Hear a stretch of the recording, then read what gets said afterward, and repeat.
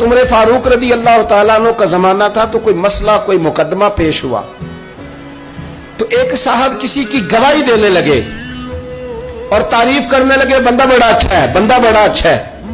तो हजरत उमर ने 3 बातें इरशाद फरमाई। आप फरमाने लगे तू इसका पड़ोसी है? उसने कहा नहीं। तो फरमाया तुम्हें कैसे पता बड़ा अच्छा है?